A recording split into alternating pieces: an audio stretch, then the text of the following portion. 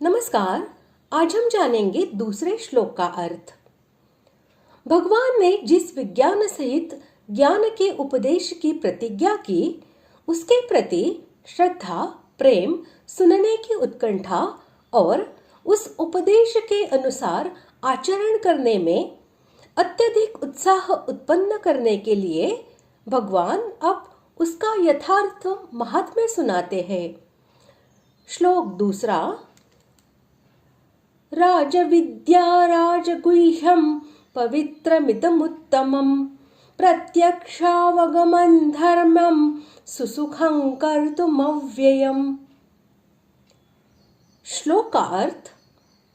यह विज्ञान सहित ज्ञान, सब विद्याओं का राजा, सब गोपनीयों का राजा, अति पवित्र, अति उत्तम, प्रत्यक्ष फल वाला, धर्मयुक्त, साधन करने में बड़ा सुगम और अविनाशी है। पूर्व श्लोक में विज्ञान सहित जिस ज्ञान के कहने की प्रतिज्ञा की गई है, उसी का वाचक यहाँ इदम पद है। संसार में जितनी भी ज्ञात और अज्ञात विद्याएं हैं, यह उन सब में बढ़कर है। जिसने इस विद्या का यथार्थ अनुभव कर लिया है, उसके लिए फिर कुछ भी जानना बाकी नहीं रहता। इसलिए इसे राजविद्या अर्थात सब विद्याओं का राजा कहा गया है।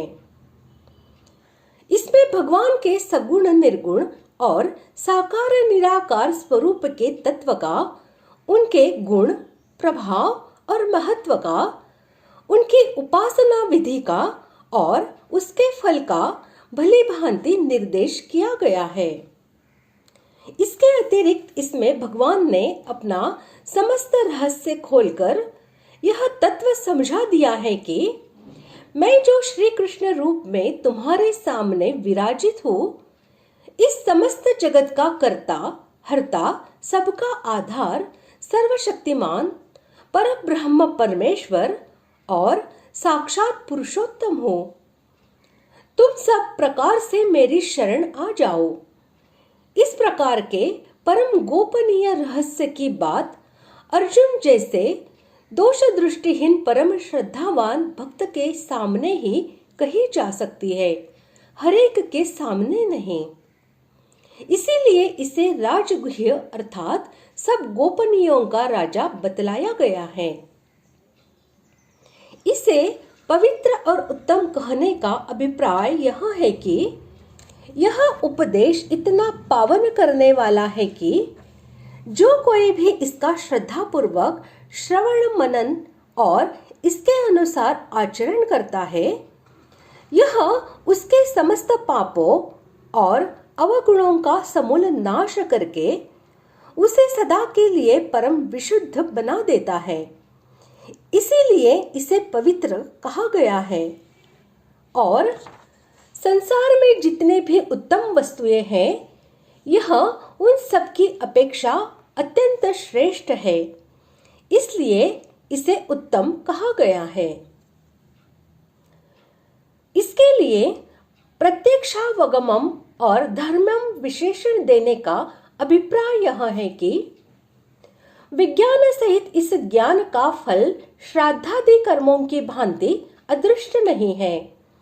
साधक जो जो इसकी ओर आगे बढ़ता है, त्यों ही त्यों उसके दुर्गुणों, दुराचारों और दुखों का नाश होकर उसे परम शांति और परम सुख का प्रत्यक्ष अनुभव होने लगता है। जिसको इसके पूर्ण रूप से उपलब्धि हो जाती है, वह तो तुरंत ही परम सुख और परम शांति के समुद्र, परम प्रेमी, परम दयालु और सबके सुहृद साक्षात भगवान को ही प्राप्त हो जाता है।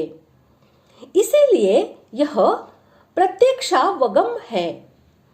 तथा वर्ण और आश्रम आदि के जितने भी विभिन्न धर्म बतलाए गए हैं, यह उन सबका अविरोधी और स्वाभाविक ही परम धर्ममय होने के कारण उन सब की अपेक्षा सर्वश्रेष्ठ है। इसलिए यह धर्म है। जैसे सकाम कर्म अपना फल देकर समाप्त हो जाता है और जैसे सांसारिक विद्या एक बार पढ़ लेने के बाद यदि उसका बार बार अभ्यास न किया जाए तो नष्ट हो जाती है, भगवान का यह ज्ञान विज्ञान वैसे नष्ट नहीं हो सकता। इसे जो पुरुष एक बार भली भांति प्राप्त कर लेता है वह फिर कभी किसी भी अवस्था में इसे भूल नहीं सकता। इसके अतिरिक्त इसका फल भी अविनाशी है, इसलिए इसे अव्यय कहा गया है। और कोई यह न समझ बैठे कि जब यह इतने महत्व की बात है तो इसके अनुसार आचरण करके इसे प्राप्त करना बहुत ही कठिन होगा। इसीलिए भगवान यहाँ कर तुम सुसुखम इन पदों का प्रयोग करके कहते हैं कि यह साधन में बहुत ही सुगम है।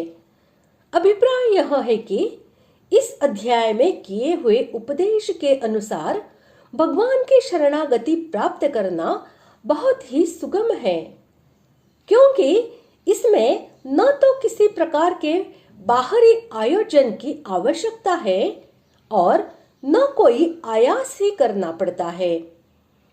सिद्ध होने के बाद की बात तो दूर रही, साधन के आरंभ से ही इसमें साधकों को शांति और सुख का अनुभव होने लगता है। इस प्रकार आज हमने दूसरे श्लोक का अर्थ जान लिया है। अगले भाग में जानते हैं तीसरे श्लोक का अर्थ। धन्यवाद।